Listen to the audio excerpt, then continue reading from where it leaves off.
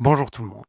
On se retrouve pour une nouvelle vidéo qui est censée être la vidéo de la semaine dernière, qui n'a malheureusement pas pu être publiée suite à un problème d'export et de fichiers corrompus. Bref, passons à l'histoire. L'Escalunetier, c'est l'histoire d'une petite maison parisienne née en 1964, autour d'un amour très fort pour les lunettes vintage des années 50-60. C'est une marque qui est restée volontairement discrète, devenue au fil du temps une référence pour les amateurs de lunettes rétro haut de gamme. À l'origine, il y a Joël Lesca. Il est fils de lunetier et il crée sa première collection en 1964 dans un petit atelier du quartier Secrétan, dans le 19e arrondissement de Paris.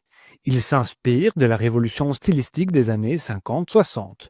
On a le design, l'architecture et aussi la mode. Et bien entendu, il va utiliser les nouvelles possibilités qui sont offertes par l'acétate de cellulose. Ça permet alors de produire des montures en série. Très vite, Joël Lesca prend cette distance avec la production industrielle classique et il choisit de travailler en petite série dans des ateliers à taille humaine avec des montures qui vont être épaisses, fiftées, façonnées selon un cahier des charges exigeant.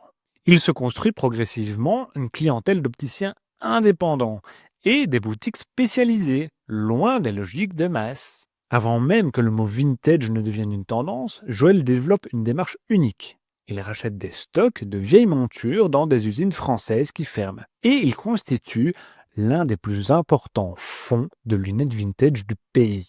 Ce travail d'archive devient la base de son style.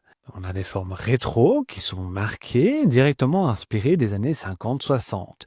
Il va les rééditer et les réinterpréter. Le premier marché à être particulièrement sensible à cette culture vintage, c'est le Japon, où l'Esca se fait connaître auprès de clients très pointus.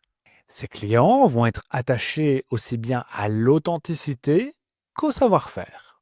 Alors, si tu aimes ce genre d'histoire sur les vraies maisons de lunetterie, pense à liker et à t'abonner. Ici, on parle de lunettes, de culture et de savoir-faire, pas uniquement de tendance. Je te raconte la suite de l'histoire dans la deuxième partie.